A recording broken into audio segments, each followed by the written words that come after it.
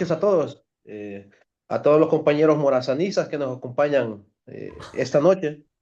Bienvenido pues nuevamente al cierre de lo que es el diplomado con el quinto y último módulo que lo va a impartir hoy el ministro Daniel Esponda. Fuera de lo que es asignación como jefe de la Secretaría de Educación, el ministro Daniel Esponda actualmente cursa su doctorado en Ciencias de la Educación en el Instituto Central de Ciencias Pedagógicas de La Habana, Cuba. Además de eso, pues, el maestro Daniel es máster en Historia Social y Cultural por parte de la Universidad Nacional Autónoma de Honduras y licenciado en Ciencias Sociales de la Universidad Pedagógica Nacional Francisco Morazán. Sobre su experiencia docente, además de ser secretario de Estado, el ministro Daniel ha sido docente del Departamento de Ciencias Sociales de la UPN. También fue docente o ha sido docente del Instituto Técnico Honduras en el área de educación media. Es decir, además de eso, pues ha impartido por muchos años lo que es la enseñanza de la cátedra morazánica a nivel universitario y a nivel de educación media. Dicho lo anterior, pues dejamos al ministro para el cual nos va a impartir una clase magistral sobre Morazán en educación con relación a lo que es el desarrollo de la cátedra morazánica en cuanto a su administración en la Secretaría de Educación. Así que los dejo con el ministro. Buenas noches. Muchas gracias, Jorge, muy amable. Bueno, para nosotros este espacio ha sido muy valioso, no solamente por la necesidad que tiene el país del estudio sobre Morazán, sino también nosotros como educadores, como profesores y como profesoras, debemos de tener los conocimientos y tener la claridad del papel que ha jugado Francisco Morazán en la vida política de Centroamérica y no solamente de nuestro país, que eso para nosotros es muy importante, el comprender el imaginario del país que existía para el tiempo de Morazán, que es un tanto distante de lo que tenemos nosotros ahora mismo en la actualidad. Pero en términos generales, nuestro proceso ha sido un proceso morazanista, es decir, nuestra lucha de la resistencia y sobre todo en la construcción de un nuevo modelo educativo es morazanista. En ese contexto, en el marco del Plan 365, que es el Plan de Refundación del Sector de Educación, su tercer pilar establece claramente la construcción de un modelo morazanista y liberador. Y nosotros planteamos esto precisamente para darle sustento ideológico a nuestro sistema educativo o filosófico, ¿sí? Eh, Lamentablemente el sistema educativo hondureño, desde prácticamente la reforma liberal para acá, ha venido viviendo ciertas reformas, pero lamentablemente en la etapa más neoliberal del país, nos referimos en la década de los 90 y en la primera década de los 2000, eh, se hizo todo un vaciado de contenidos muy fuerte y el estudio del pensamiento morazánico dejó de ser en realidad, digamos, tarea central de los gobiernos y pasó a convertirse en cosas que nosotros no necesariamente son las que necesitamos para profundizar el estudio de estos procesos. Nosotros hemos encontrado en algunos elementos, sobre todo en el Acuerdo 1010 de marzo de 1968, la primera vez que en la Secretaría de Educación se instruye la formación en el pensamiento morazánico. Lamentablemente después eso desapareció y solo nuestra Universidad Pedagógica Nacional quedó eh, realizando cátedra morazánica.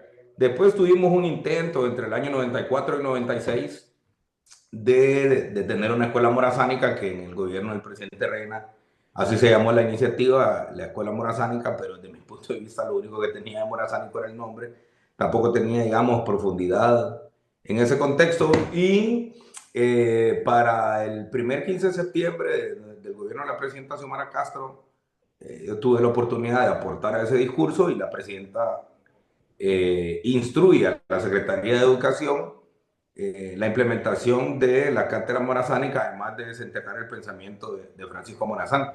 Normalmente, en el contexto de la historia y de la historia que se cuenta de los próceres, es una historia de bronce, es decir, es la historia del héroe magnífico que generalmente es militar, ¿sí? Y eso es lo que ha ocurrido mucho con Francisco Morazán. A Morazán lo identificamos o lo razonamos, lo personificamos como un estratega militar, que de hecho lo fue. Fue un gran militar, pero no fue un militar de carrera. Y en el camino hay tramos de Morazán que son olvidados, sobre todo sus aportes al sistema educativo.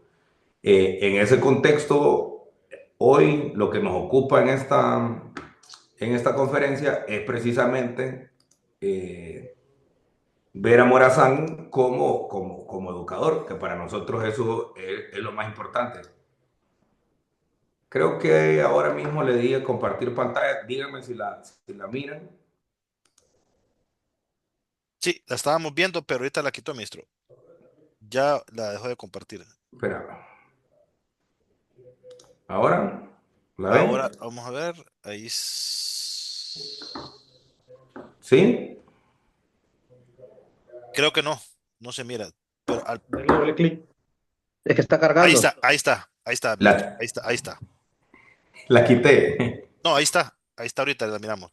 Ok. Ahora solo, Solo dígame si pasa la diapositiva porque no sé si aquí no la sí, puedo ver. solo abajo, ministro, si le pone para presentación, creo que hay un problema de. Pero sí se mira, ministro. Sí se mira.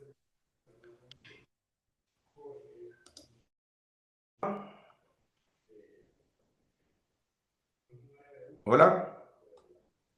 Sí se mira, pero está en modos, se miran todas las diapositivas. No se mira el tipo presentación. Creo que está cargando, si no me equivoco. La tengo ahí en presentación. Avísenme si se ve. Sí se ven, sí se ven. Bueno, vamos a avanzar pues. Primero el contexto de dónde se desarrolla Morazán, porque eso nosotros no lo podemos obviar. Primero, nace en el siglo de la razón, digamos, ¿verdad? El siglo XVIII representa, digamos, todo el tema de la ilustración y el avance que tiene el mundo, sobre todo el mundo, entiéndase el mundo, ¿verdad? Como Europa. Y además de ello, las crisis, también las crisis internas que viven las monarquías. La ilustración generó que hubiese un cambio de régimen, lógicamente la caída de las coronas europeas genera todo un sismo que también viene a impactar a nosotros. En el caso de nuestras colonias, la mayoría estaban controladas, por no decirlas todas, por los criollos que en realidad eran mandaderos, digamos, de los españoles, ¿verdad? Que ejercían el gobierno en nuestros territorios y la influencia de la ilustración en los criollos americanos enciende el espíritu de la independencia que corrió como pólvora por toda la región. Algunos elementos bibliográficos que no vamos a profundizar, sobre todo ahora que en este país tenemos un problema con la investigación.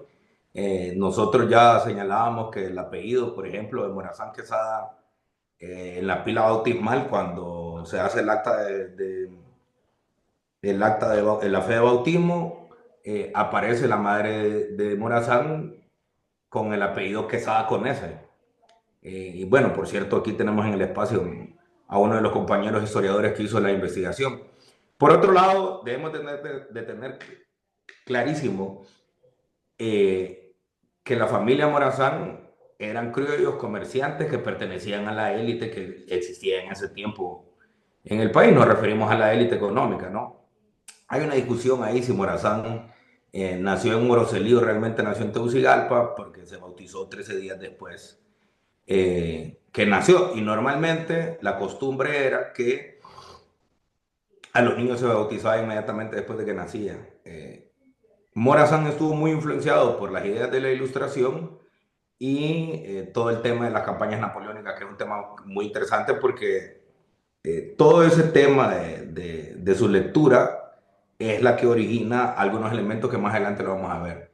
La formación académica de él, como era un acomodado, desde temprano tuvo acceso a los libros, digamos, y tuvo acceso a la formación, pero no a la formación escolarizada que conocemos nosotros en la actualidad, ni a la formación que pagaban las grandes élites. Ahí hay un elemento súper interesante porque debemos de reconocer que en el caso hondureño, nosotros, si bien es cierto, éramos parte de la Capitanía General de Guatemala, en nuestra provincia, que es la provincia de Honduras, no habían grandes centros educativos, ¿verdad? No habían grandes academias, más las que estaban, digamos, en Comayagua, que estaban lógicamente en manos de los sacerdotes en los conventos y, y en los seminarios. Debido a todo eso, Morazán, en realidad su formación fue que casi que autodidacta. La mayor parte de su formación, como les decía yo, fue autodidacta y tuvo un... Morazán nació con estrella, sin duda, es decir, su tío político, que era Dionisio de Herrera, le permite que tenga acceso a literatura, pero sobre todo a discusiones muy interesantes, y le dio a todos los clásicos franceses, ¿verdad? Y además de ello, identificó y logró eh, lograr conectar, digamos, con todo lo que estaba pasando con la ilustración y lo que estaba ocurriendo en Europa. El, Además de las lecturas que pudo, que pudo haber hecho en la biblioteca de Dionisio de Herrera, que por cierto era su tío político, como les decía anteriormente, le permitió también participar de tertulias, de las tertulias de los intelectuales de Tegucigalpa, que debemos de recordar que por un lado Comayagua era la capital, digamos, de la provincia, pero Tegucigalpa era donde estaba el foco de mayores liberales, y me refiero a liberales del periodo ese de la ilustración, no a los liberales de hoy, ¿cierto? Eh, Morazán tiene un papel muy importante en... Aquí hay otro elemento que debemos de tener claro. Morazán no tuvo una participación preponderante en la independencia de Centroamérica.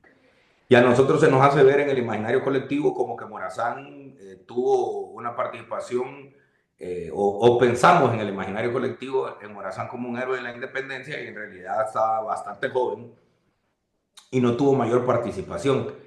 En 1808 fungió como funcionario de la alcaldía de Moroselí, donde él residía, porque ya sus padres eran donde tenían sus empresas.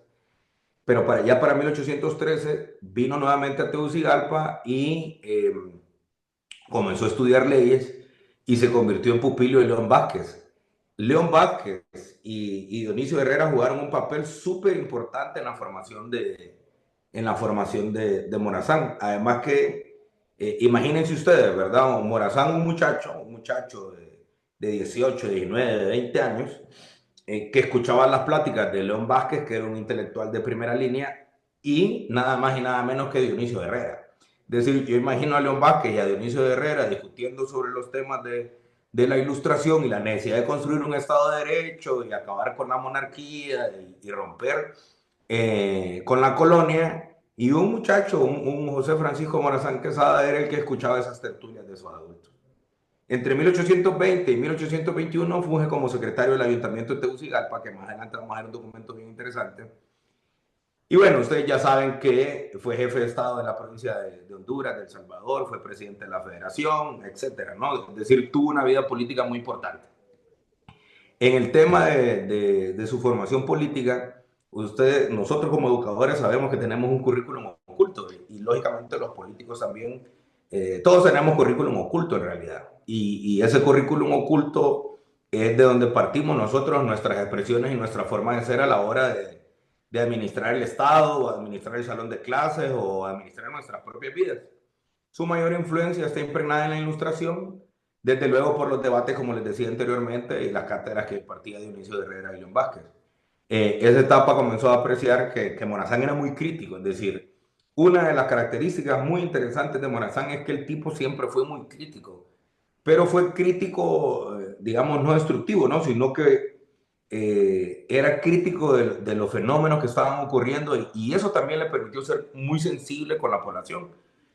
Morazán adoptó los preceptos del iluminismo, y desde muy temprana edad pensó en convertir la educación en un bien común, que ese para mí es uno de los elementos más importantes, o el elemento más importante de su aporte a la historia de Centroamérica. Es decir, la claridad meridiana que tenía Morazán sobre la necesidad de construir un sistema educativo es muy importante. Es más, muchos de los que estamos aquí, o los que nosotros que estamos aquí, que somos hijos de la educación pública, no hubiésemos tenido tal vez todas estas posibilidades que tenemos sin la gesta de Morazán. Además de ello, Morazán fue madurando en las ideas y pensó el tema de dividir la iglesia del Estado, por ejemplo, que era una necesidad que teníamos para poder hacer desarrollo científico, y además de eso, que el sistema educativo fuera para todos y no solo para la élite.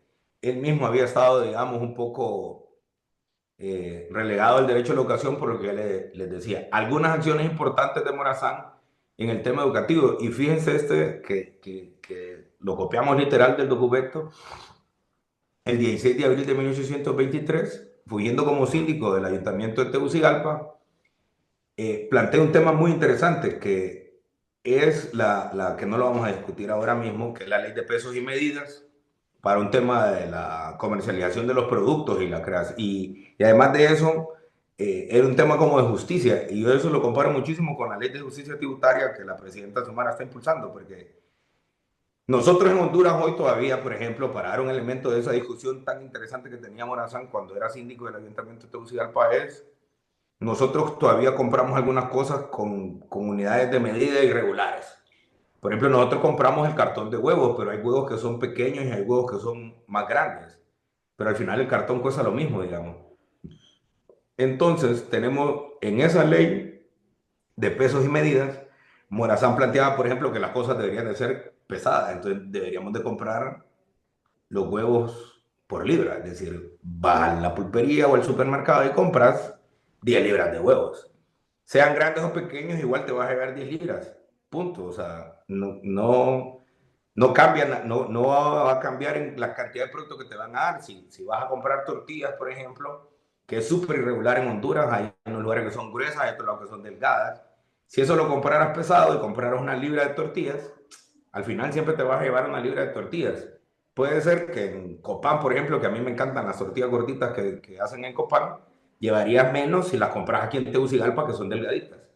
Pero miren que este fragmento, volviendo al tema educativo, que lo leo literal, la escuela que desgraciadamente no ha podido ponerse en práctica en esta ciudad es aún más interesante. No hay un pueblo, por pequeño y miserable que sea, que no tenga un maestro para la educación de la juventud.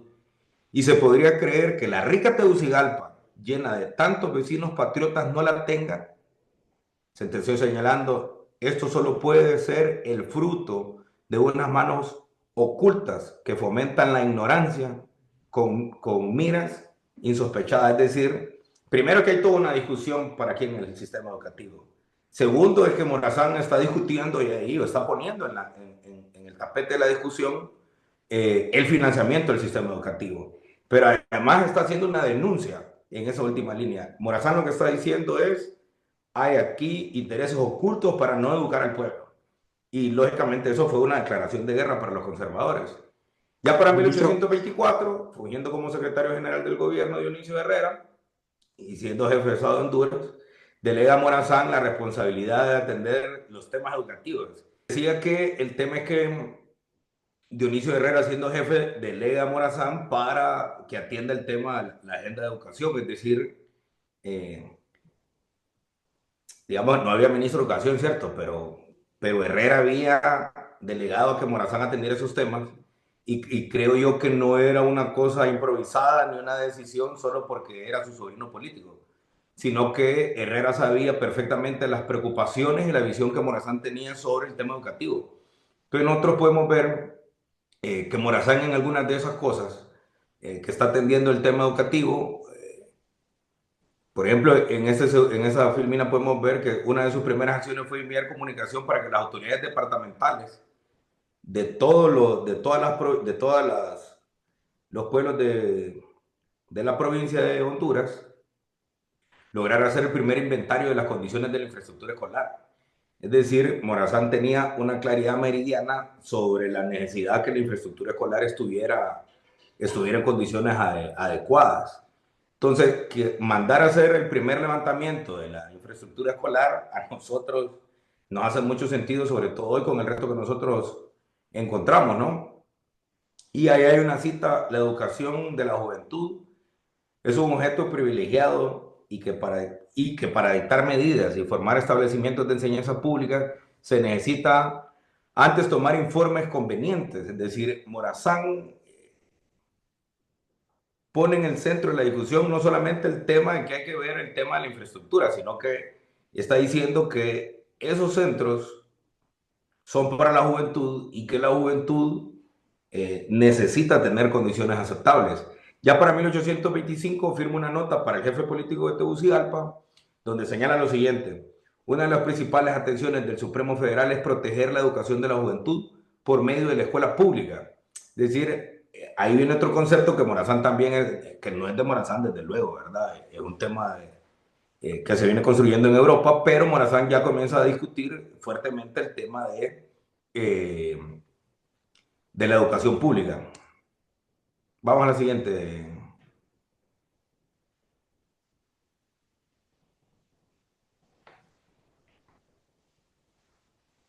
Elementos importantes que Morazán compra 4 ejemplares o envía 4 ejemplares del método de enseñanza mutua al jefe político de Tegucigalpa, es decir, Morazán ya está discutiendo la necesidad de construir un modelo de enseñanza, es decir, un modelo pedagógico, que desde luego son modelos adaptados, ¿verdad? O son modelos traídos de Europa, que es el modelo lancasteriano de enseñanza mutua.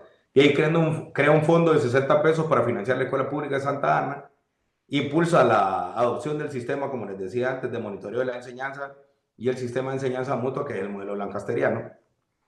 Y hay una cosa bien importante: promulga la ley sobre la protección de los establecimientos de enseñanza pública. Y literal, el documento señala que es hasta ponerlo en un estado capaz de producir a los hombres ilustrados. Es decir, está viendo en el sistema educativo el lugar donde se debe formar a las personas ilustradas, y entiéndase por ilustrado, es decir, que sean capaces de interpretar la sociedad, política, economía. Más adelante en otro documento vamos a poder ver cómo Morazán tenía una visión de lo que debe de ser la escuela para el país. Siendo jefe del Estado de Honduras en 1838, advierte de las malas condiciones y la morosidad de los becados del Estado de Honduras en Guatemala. Es decir, Honduras había mandado estudiantes becados a estudiar a la Universidad de Guatemala, San Carlos, y muchos de ellos estaban viviendo en condiciones terribles. Como ustedes pueden ver, en toda su carrera, él va atendiendo temas que son fundamentales. Vamos a la siguiente. Miren, si en escuela no habrá buenas costumbres, no habrá igualdad ni en las personas, ni en el interés, ni en los bienes, y estamos expuestos a que caiga sobre nosotros un yugo que no lo podamos sacudir jamás.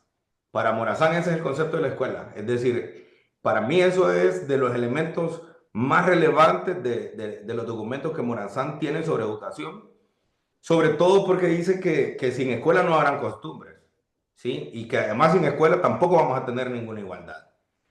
Y miren la siguiente cita: las leyes dictan la igualdad de los derechos, pero son las instituciones para la ilustración pública los que pueden hacer real esta igualdad. Está diciendo, no importa que se declare la independencia, que se declare la igualdad de todos, porque acuérdense que había segregación racial, y además de la segregación racial también por temas económicos en el periodo colonial. Pero Morazán está diciendo en esa cita que no importa que las leyes dicten la igualdad de derechos, pero dice que es la escuela quien va a hacer en realidad que esa igualdad se pueda ejercer. Y eso para nosotros, para mí, eso es muy, muy, muy valioso, y habla mucho del pensamiento de avanzada que tenía Morazán. Démosle el siguiente. Para 1830, miren qué interesante, estoy considerando que es un decreto del 9 de julio de 1830, que era jefe de Estado, ¿va? Que la propagación de las letras es una de las principales y más interesantes objetos que llaman su atención y cuidado, protegiendo los establecimientos de enseñanza pública por cuanto a medidas estén a su alcance y las circunstancias le permitan, hasta ponerlos en el estado capaz de producir a los hombres ilustrados que deben dictar leyes al pueblo centroamericano, dirigir los destinos de la patria, dirimir las diferencias domésticas de sus hijos y comandar sus tropas destinadas a defender la independencia, la integridad de la nación y las libertades públicas. Yo creo que ni siquiera necesita interpretación, ¿no? Es decir, Morazán está planteando elementos que sustentan la visión que él ha venido discutiendo sobre los temas educativos. Y un elemento interesantísimo para mí, dale al siguiente, Agustín, que Morazán está discutiendo la necesidad de lo que debe ver, pero cuando se convierte en funcionario público, convierte en realidad todo eso que él estaba pensando, ¿no? Miren el artículo 1, pídase por medio de los jefes, intendentes, una relación exacta del número de escuelas primarias perdón, de primeras letras que existen en cada uno de los departamentos, de los pueblos que no las tienen. Es decir, que no solamente está haciendo el inventario de las escuelas que ya existen, sino que también digan en qué pueblos no hay escuelas, del método con que se enseña donde las hay, de los fondos con que se cuentan para los gastos y pago de maestros y de las cantidades señaladas en cada una de ellas. Es decir, no solamente mandó a hacer, como lo decía anteriormente, un inventario de la infraestructura escolar, sino también mandó a hacer un levantamiento de dónde hacían falta escuelas y además de eso mandó a preguntar de dónde salía el dinero para pagar a esos profesores. Demos al siguiente. Miren otro tema que a nosotros los profesores no nos gusta tanto, pero que es una necesidad. La instrucción pública que propicia las luces, destruyen los errores y propagan el triunfo de la razón y de la libertad. Nada omitiré para que se propaguen bajo los principios de la ley que establezca. Por desgracia, hasta ahora, mucha parte de la juventud se ve entregar en manos de la ignorancia, la superstición. Miren qué cosa más interesante.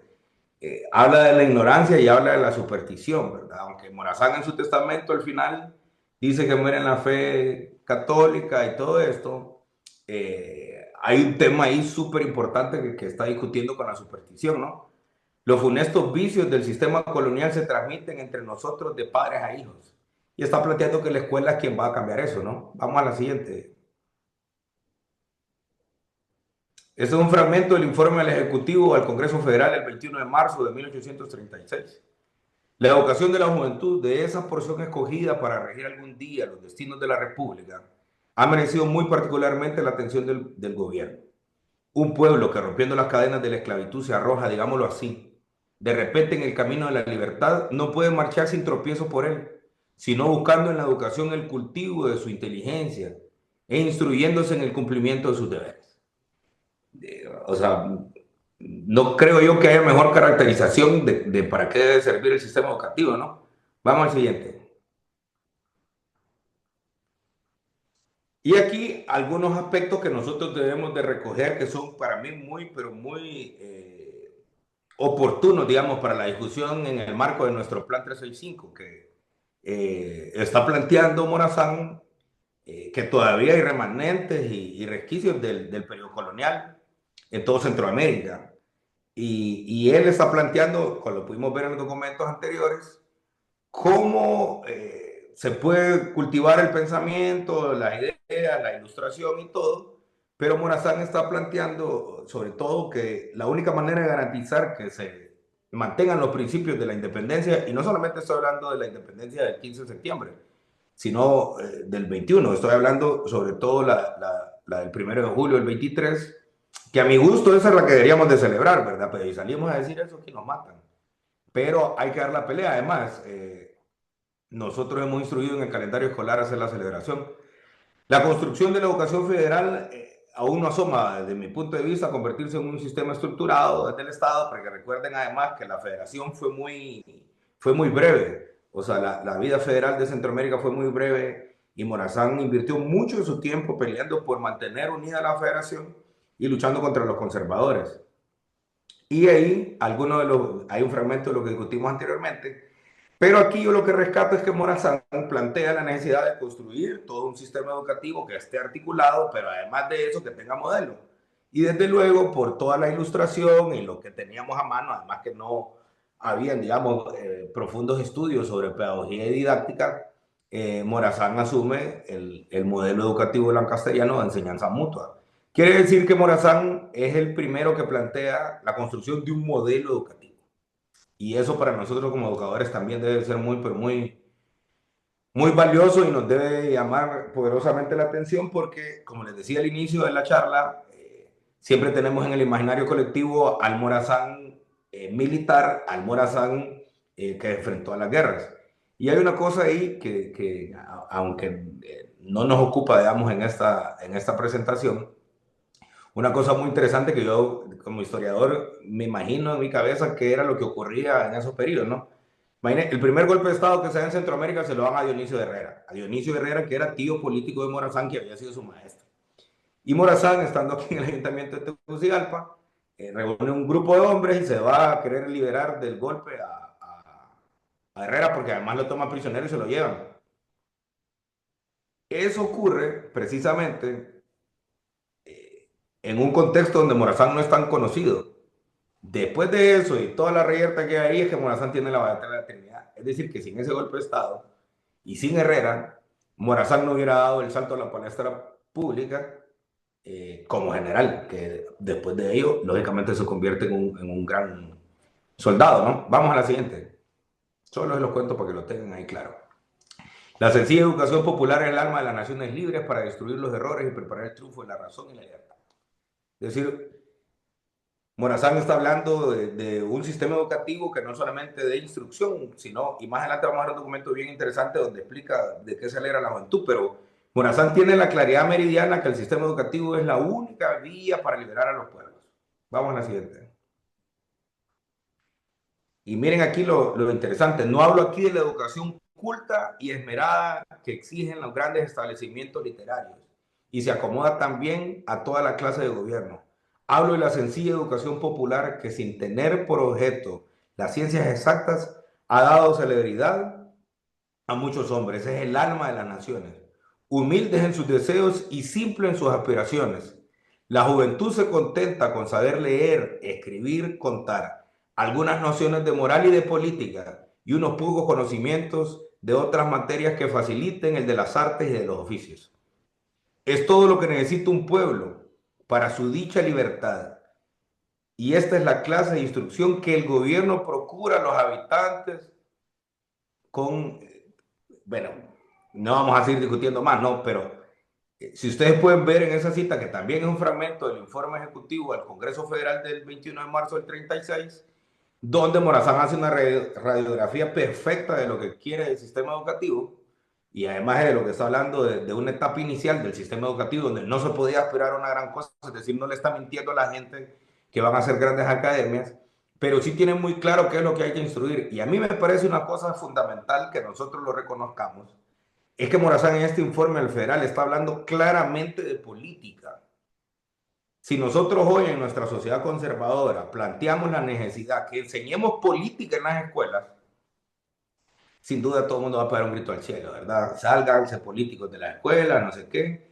Pero ustedes pueden ver ahí en ese informe, al federal, Morazán siendo presidente de la federación, donde claramente el hombre estaba diciendo que hay necesidad de que se sepa de moral, pero también de política, que se sepa de contar, pero además que se sepa de arte.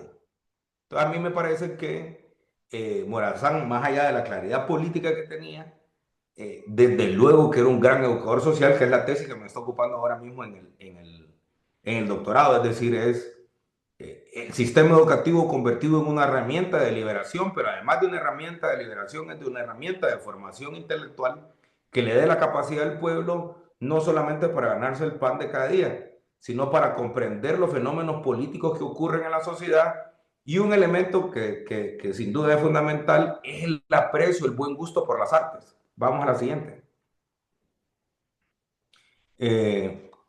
Una cosa súper interesante es que, como ustedes pueden ver allá en el inicio de la presentación, Morazán, una de sus primeras acciones como funcionario público es el tema del impuesto para la escuela de Tegucigalpa, que hace toda la aclaración, ¿verdad? Y hace un llamado a los ricos que como no es posible que haya escuela y poner el impuesto especial para que los ricos financien la escuela de los pobres. Pero su última acción, ya con la federación disuelta que había regresado a Costa Rica y que, por cierto, los ticos lo habían proclamado libertador de Costa Rica, su última acción fue crear el Centro Educativo de Segunda Enseñanza Luis Gonzaga, que por cierto hoy todavía sigue existiendo, y eso lo hizo el 5 de septiembre de 1842, es decir, faltan 10 días para que lo fusilen.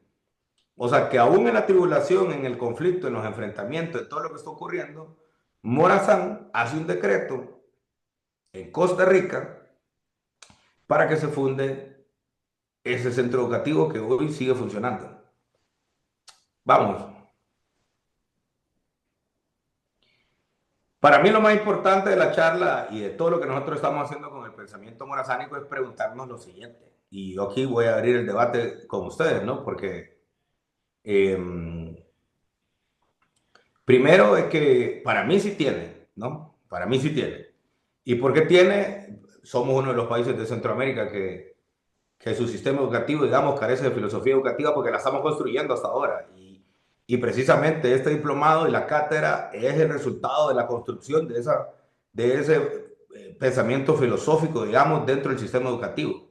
Ese es uno de los elementos que a mí me parece que son los más vigentes. El segundo es que son un poco más de personas que estaban excluidas del sistema educativo todavía aquí en Honduras. Tenemos comunidades donde no habían escuelas, donde no hay escuelas, que lo estamos desarrollando. Otro elemento que para mí es importante, que tiene vigencia en la actualidad, es nuestra Jornada Nacional de Alfabetización. Es decir, eh, nosotros recibimos con un poco más del 14% de la población en condiciones de analfabetismo. Hoy el país está caminando muy bien, creo yo que como al primer trimestre del año o en el segundo vamos a declarar al país por primera vez en la historia libre de analfabetismo. El tema de la formación de los valores éticos y morales, que es una gran necesidad en la actualidad, por eso retornamos nosotros la clase de educación cívica, hoy cívica morazánica, y el tema de los conocimientos de las ciencias políticas, que es una necesidad en un país que sigue siendo manipulado por las élites y por las potencias extranjeras. Es decir, nosotros ahí tenemos una tarea pendiente. Entonces, para mí en estos 5 puntos yo es donde puedo señalar que el pensamiento de Morazán y sus ideas, sobre todo sus ideas pedagógicas, tienen una vigencia fundamental. Yo dejaría ahí la explicación de los elementos y más me gustaría en realidad que pudiéramos discutir con ustedes, compañeros y compañeras, la importancia del papel de Morazán en la educación, que no es reconocido o que no había venido siendo reconocido, digamos, como un gran educador social, y que cuando publique mi tesis de investigación del doctorado, yo caracterizo a Morazán como un educador social. Para mí, Morazán y Martí son los dos grandes educadores sociales y sin duda que en nuestros tiempos ya más modernos, el caso de Fidel, por ejemplo, que sin duda fue también un gran educador social. Entonces damos el espacio para que puedan haber preguntas y que podamos compartir también con todos los que estamos participando de esta charla, que ya tenemos 120 personas. Ok, buenas noches. Gracias, señor ministro, por su magnífica presentación. Ahora, pues, a la tribuna para los compañeros que quieran, compañeros morazanistas quieran plantear sus interrogantes en relación, pues, a la presentación y a los puntos planteados por el expositor. Así que damos apertura a las Muy consultas. bien. Vamos a darle la apertura a Cintia Mondragón. Ok, buenas noches. Gracias al ministro de Educación por acompañarnos. Y la verdad que, como les había comentado a los compañeros, felicitarles por la labor que han hecho, ¿verdad? Con este maratónico diplomado, pero que siempre nos quedamos con ganas de más. Yo solo quería hacerle una consulta. A mí me llama mucho, pero mucho la atención cómo Morazán empleaba el método lancasteriano para crear el aprendizaje mutuo y así obtener un aprovechamiento del conocimiento que se le daba a los estudiantes que aprendían un poco más rápido, ¿verdad? Claro. Me gustaría saber, señor ministro, si en Honduras existen de alguna manera leyes o artículos o reglamentos dentro de las diferentes instituciones educativas donde los docentes podamos emplear este método lancasteriano, porque como les comentaba a los compañeros al inicio de la conferencia, antes de que usted se conectara, a mí me llama mucho esto la atención, porque yo lo he hecho, no sabía que se llamaba método lancasteriano, no sabía que Francisco Morazán lo había hecho, lo aprendí aquí, ¿verdad? En el diplomado. Y me pareció interesante porque si esto originó las normales, originó la docencia de alguna manera, ¿verdad? Me gustaría saber si nosotros, como docentes, tenemos la libertad o si existe alguna prohibición de que podamos emplear esto como una metodología, no directamente lancasteriana, pero sí con ese mismo modelo. Gracias. Bueno, es que el modelo lancasteriano en sí fue una necesidad que surgió en ese periodo de tiempo, dado que no habían educadores. Entonces, recuerden ustedes que en los sistemas educativos escolarizados estaban en Centroamérica en un proceso de creación.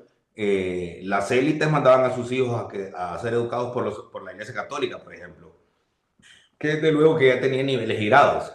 Pero en el marco de la libertad de cátedra, nosotros lo podemos hacer. El tema es que no hay una legislación, digamos, que que nos diga si lo podemos hacer, pero el tema del modelo es que establece un principio fundamental y básico. Los estudiantes aprenden a su ritmo y a sus tiempos. Entonces, ¿qué ocurre? Todos los profesores lo hacemos, en realidad usamos, digamos, algunos elementos del método lancasteriano cuando tenemos un niño que es más avanzado y lo ponemos a trabajar en grupo y que le ayude a avanzar a los demás, a los que van un poco rezagados. Sin duda que es una herramienta antigua pero válida. Es decir, Mondragón, que por supuesto que lo podemos utilizar. Muy bien, ministro. Luis Rodríguez Torti, también le quiero hacer una pregunta. Adelante, maestro. Buenas noches, ministro. Placer de saludarle, Igualmente. felicitarlo por esta conferencia y por la idea también de la cátedra morazánica y por por este diplomado. Más que pregunta, bueno, como está abierto el debate sobre si las ideas de Morazán están vigentes y sobre todo en la educación, pues yo coincido con usted que hay una vigencia enorme y que como usted señalaba, la cuestión fue que, bueno, primero a Morazán, después de su muerte en Centroamérica y sobre todo en Honduras, prácticamente era un forajido según el discurso que quisieron colocar a partir de Francisco Ferrera y que fue Claro. salvo cuando gobernó Cabañas, pero que toda esa época conservadora se quiso ver a Morazán como sanguinario, se creó toda una leyenda negra y que tal vez ese es digamos, uno de los grandes aportes de la reforma liberal, el haber recuperado, el haber traído, después de casi 40 años, a Morazán al panteón de los héroes. Entonces esto significa que la figura de Morazán, a pesar de tanto fake news, como podríamos decir ahora, Sí. fue tan fuerte que no lo pudieron eclipsar. La educación, tal como la concebía Morazán, es precisamente lo que tendríamos que hacer todos los docentes, Claro. a una educación liberadora. Claro, como hemos visto, como hemos señalado, como hemos leído, obviamente esto no es un invento de él, ¿verdad? Es la influencia que trajo sobre él la ilustración francesa y particularmente Rousseau, bueno, Montesquieu también, pero sobre todo Rousseau, en el sentido de considerar esa educación como liberadora. Entonces, ese modelo que no está todavía, pero que hay que construirlo, debe tener como pilar, como lo plantea el Plan 365, una educación así de morazánica, pero con carácter liberador, con el carácter Así es. reflexivo que planteaban los ilustrados. Y además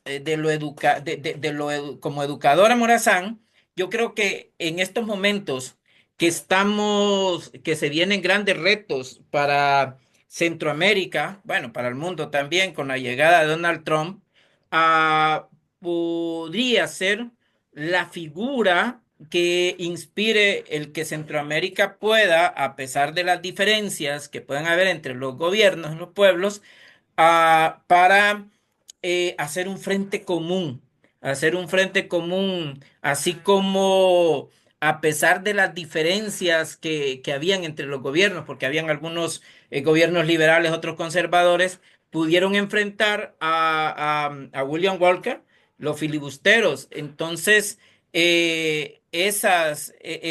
creo que esas condiciones podrían generar el que Morazán sea.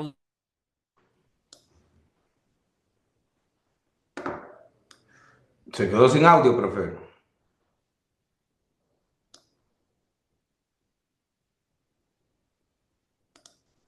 Hola. Sí, se quedó sin audio. Creo que el internet no sé si le va a Pasemos a la contestar. siguiente pregunta. Sí, le va a contestar, ministro.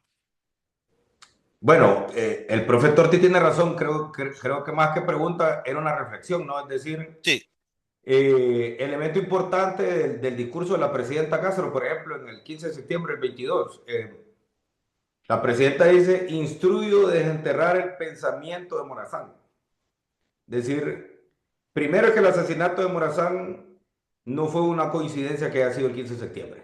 Yo estoy convencido que a Morazán lo asesinan ese día para que en el imaginario colectivo pese más la fiesta de independencia a el asesinato de Morazán. Esa es una. La segunda es que en el devenir de la historia, entonces, el asesinato, posiblemente para mí el asesinato más trágico político que ha ocurrido en toda la historia de Centroamérica es el de Morazán. Pero antes de nuestro gobierno, nunca se reivindicaba a Morazán como el asesinado de ese día. ¿Sí? Eso para mí me parece muy importante y yo recato de lo que ha hecho la presidenta.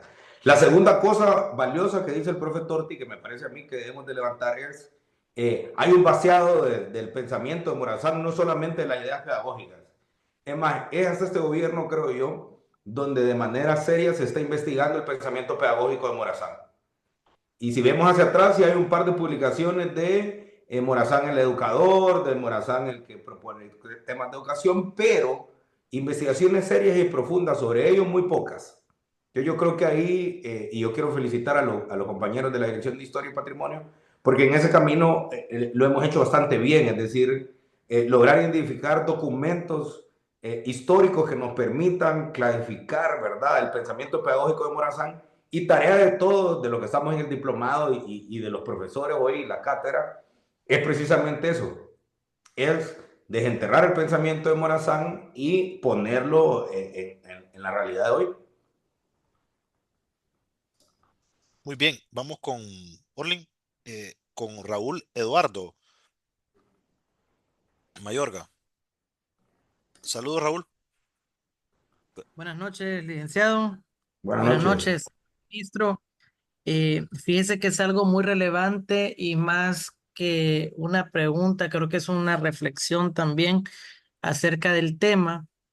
Y es que tenemos en el imaginario colectivo la percepción de ver a Morazán, como usted lo mencionaba, más como un militar estratega, que si bien es cierto lo fue, y dejamos de lado el pensamiento ideológico en la parte educativa.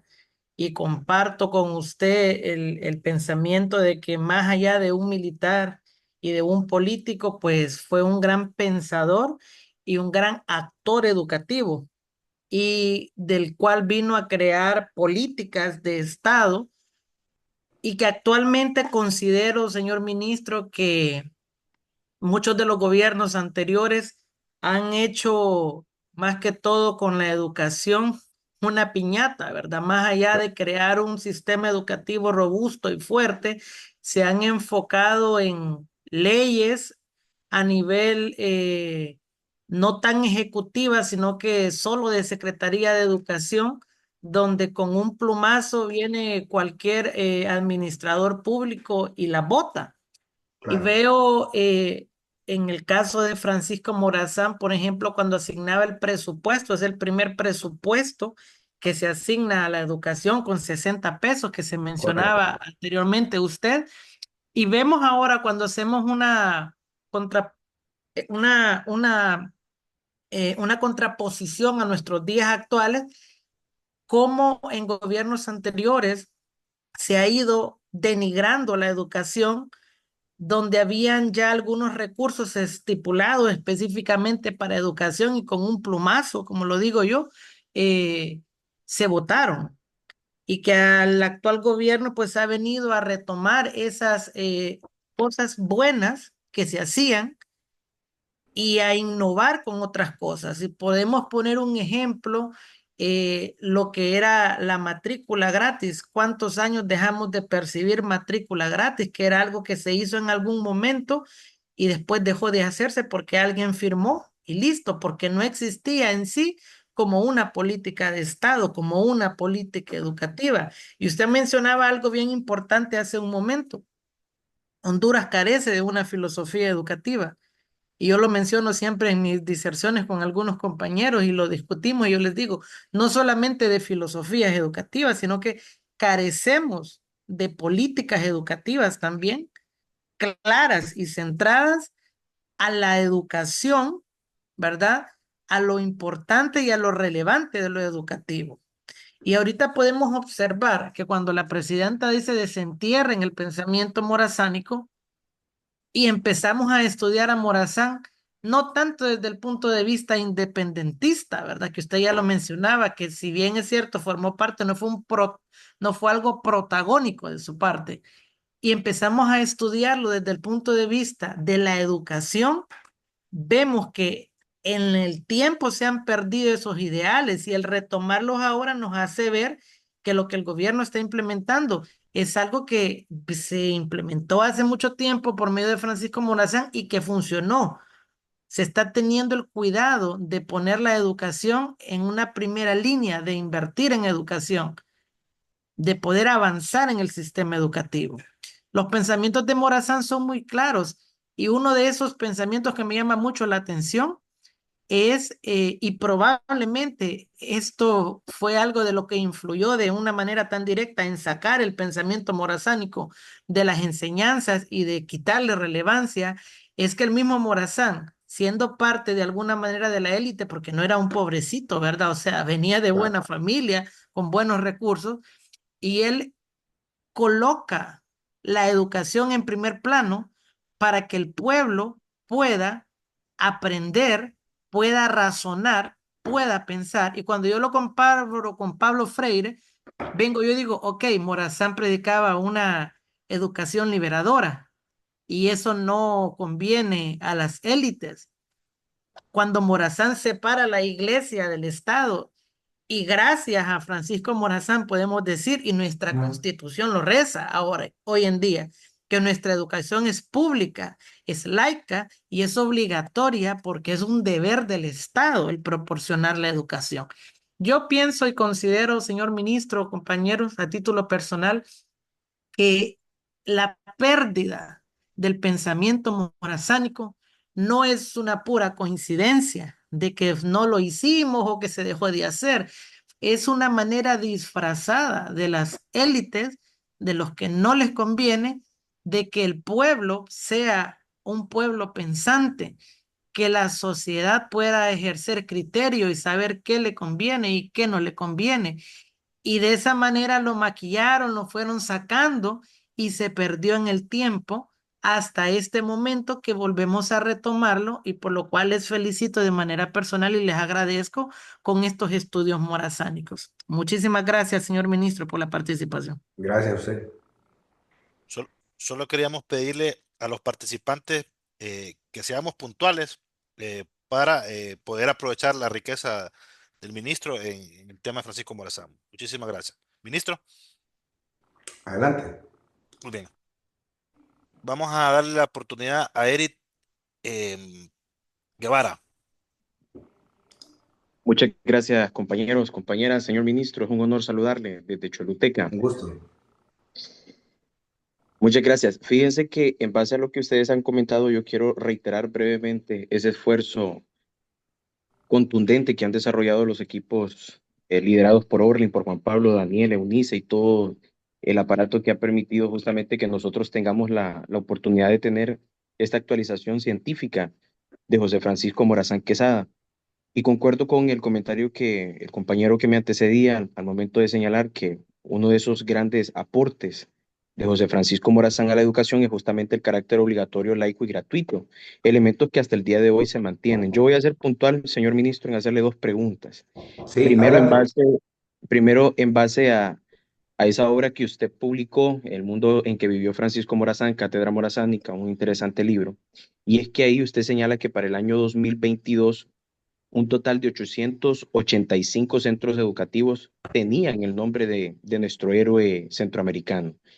Entonces, a mí me gustaría saber, señor ministro, en esa primera pregunta, si esto ha crecido en estos 2 años que van y la segunda, porque es un punto bien interesante ver cuál fue la reacción al momento de que se establece la cátedra morazánica como un requisito obligatorio para la graduación de nuestros estudiantes, tanto en el nivel en el cierre, perdón, del tercer ciclo y el final de la educación media.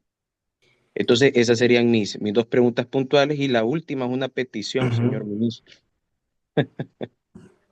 ¿No cree que sería interesante ver a historiadores e historiadoras dentro del sistema educativo nacional impartiendo estas clases para poder habilitarlos en el concurso que pueda generarse en años venideros? Ahí se lo dejo, señor ministro. Feliz noche y mil gracias, compañeros.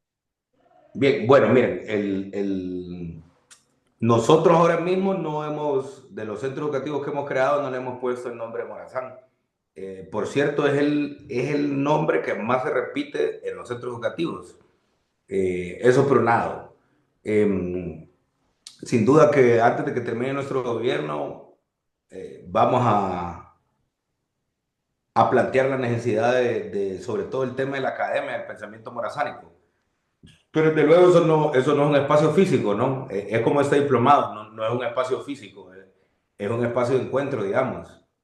Eso por un lado. Por el otro lado, en la Secretaría de Educación lamentablemente no habían trabajado historiadores y hoy tenemos una dirección completa, una división de historiadores que están trabajando en diferentes temas, ¿verdad? Como bien nos mencionaba usted. Con el tema del concurso habría que ir a modificar el estatuto del docente, cosa que no es fácil, ¿verdad? Y bueno, los que asumimos el oficio de historiadores, generalmente estudiamos ciencias sociales también, entonces por ahí pueden ir concursos, pero en el pensum académico solo en los bachilleratos damos clases directamente de historia, entonces el campo laboral tampoco sería tan grande. Pero sí tenemos profesores de que se graduaron en la carrera de historia que dan clases en el sistema educativo, nada más que estudiaron otra disciplina después. Tal vez damos paso a las últimas dos preguntas, ¿verdad? Sí, Porque está también bien. tengo... Sí, sí, yo tengo una agenda muy apretada, ministro, yo sé. Entonces vamos a aprovechar entonces a darle la palabra a Wilfredo y después a Carla Yalit Discoa por cuestión de equidad de género. Wilfredo Moreno. Sí, buenas noches. Placer saludarle, señor ministro. Le habla el profesor Wilfredo Moreno, que hemos estado a cargo del lunes cívico, implementado por la Secretaría de Educación, que de forma disciplinada lo estuvimos desarrollando tanto en la jornada matutina como vespertina en el Instituto Central. Sí. Realmente es interesante la forma de ver y bajar del caballo, como decían algunos expositores, Claro. Morazán, y verlo como el ser humano, verlo como el estadista que viene a revolucionar la educación, sobre todo a los más desposeídos. Me llama la atención esa parte en donde los jóvenes que tienen mayor facilidad de captar los conocimientos puedan compartirlos con aquellos que de repente por X o Y motivo no lo pueden lograr. En el sistema educativo tenemos esa dificultad en donde los procesos de evaluación o acompañamiento docente se tiene que cumplir con cierta cantidad de alumnos en el aula de clases. Es ahí donde de repente tenemos esa dificultad porque el docente tiene que tratar con 250 alumnos diariamente y se hace un tanto difícil, complicadito, poder hacer una atención personalizada. La pregunta sería, ¿qué tan posible es desde su espacio de autoridad poder visualizar e ir flexibilizando en los centros educativos de tener docentes para que se puedan dedicar de forma particular a los alumnos que tienen mayor dificultad? Se ha implementado el proyecto de inclusión por parte de la Presidenta de la República a través de la Secretaría de Educación y el Instituto Central está haciendo pininos en eso. Y nos damos cuenta que en un universo de casi de 4.000 estudiantes, tenemos 2, 3 estudiantes en cada aula que de repente presentan alguna dificultad. Entonces, sí es necesario poder abrir esos espacios. Digamos, nosotros tenemos 2 aulas especiales, por decirlo así, para atender los alumnos que cometen una falta, llegaron tarde y ese tipo de cosas, pero son maestros que no tienen las habilidades, por decirlo así, los conocimientos de forma general. sería interesante que por departamento tuviésemos 2, 3 docentes de forma particular que se dediquen a atender a estos alumnos y de esa manera poder tener esa nivelación para que logremos los objetivos mínimos y que estos jóvenes puedan llegar con las capacidades necesarias al momento de ir ya a la universidad o enfrentarse al campo laboral. Y gracias por la oportunidad de poder eh, retomar estos conocimientos y principios morazánicos.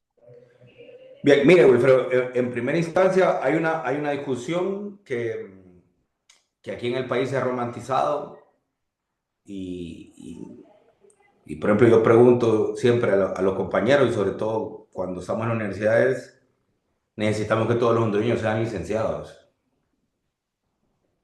Pues pienso que no. Y precisamente uno de los elementos importantes de la óptica de Morazán es el tema de los artes y los oficios, por ejemplo. Entonces, nosotros sí necesitamos que en el sistema educativo, tal cual lo dice Morazán, entregar todas las herramientas para que nuestros jóvenes tengan éxito en la vida. Partiendo de eso, en los sistemas educativos o en la educación siempre hay modas. Tuvimos un tiempo que las modas eran, por ejemplo, para los muchachos con necesidades especiales, las famosas aulas recursos. Comprendimos que más bien ese era un mecanismo de exclusión, pues no podemos sacar a los muchachos ni a los que están muy avanzados, que tienen talentos excepcionales, ni a los que tienen retos, abstraerlos de los horarios de clase y hacerles una atención diferenciada. Hoy sabemos científicamente desde la pedagogía que la inclusión es el mejor mecanismo para garantizar el derecho a la educación de todos y de todas. Y como dice los principios de la Agenda 2030 de UNESCO, y no dejar a nadie atrás. Es decir, eso para nosotros es importante. Segundo, hay realidades objetivas que el país que difícilmente las vamos a cambiar, como la relación entre maestros y alumnos. Es más, hemos visto que en algunos centros educativos, no en la mayoría, están perdiendo matrícula. Yo más bien abogaría porque los profesores investigadores, como el profesor Torti, por ejemplo, que ha sido investigador, colega suyo en el Central, como el profesor Aguilera, por ejemplo, que es un cientista social que también investiga y que publica constantemente artículos en el periódico, si tengan tiempo excepcional para investigar, por ejemplo, ¿verdad? Porque estamos haciendo, nosotros en el sistema educativo lamentablemente estamos enseñando ciencia muerta, es decir, estamos repitiendo los mismos contenidos y muchos de esos contenidos están equivocados.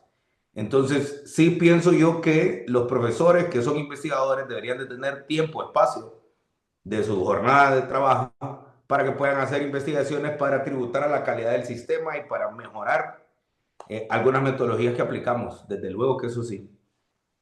Ministro, cerramos con Carla Discua y con eso Adelante. terminaríamos la parte de las preguntas. Muy buenas noches, compañeros. Ministro, es un honor que usted esté presente aquí con nosotros. Soy la profe Carla Discua de San Manuel Cortés. Es un gusto saludarle y un honor para mí, le repito. Quiero agradecer primeramente a la ciudadana presidenta Xiomara por haber sacado, y a usted por haber sacado del olvido, del polvo, a la historia y a la vida de nuestro héroe, nuestro prócer Francisco Morazán. Déjeme decirle que para nosotros los docentes, yo soy maestra de básica, llevo primer ciclo, es un honor, mis niños están aprendiendo muchísimo, igualmente yo con este diplomado es una exquisitez para mí, es una exquisitez haberlo recibido, me llena, me cambia las expectativas, opiniones que teníamos en la universidad, conocimientos de nuestros abuelos, cambió ya esa idea. Solo agradecerle profundamente y de parte de todos los maestros, dígale a nuestra presidenta que gracias por haberlo sacado de donde estaba. En lo personal quiero pedirle por favor que nos apoye con material didáctico o cuadernillos o guías para que nosotros los maestros que tenemos primero y segundo ciclo nos podamos apoyar y poder afianzar lo que aprendimos aquí en este diplomado y apoyar a nuestros niños, saberles explicar con otras ideas la clase de la Cátedra Morazánica. Muchísimas gracias. Muy bien. Bueno, ese es un proceso que vamos a seguir avanzando, el tema de la reproducción de libros de texto y de materiales didácticos.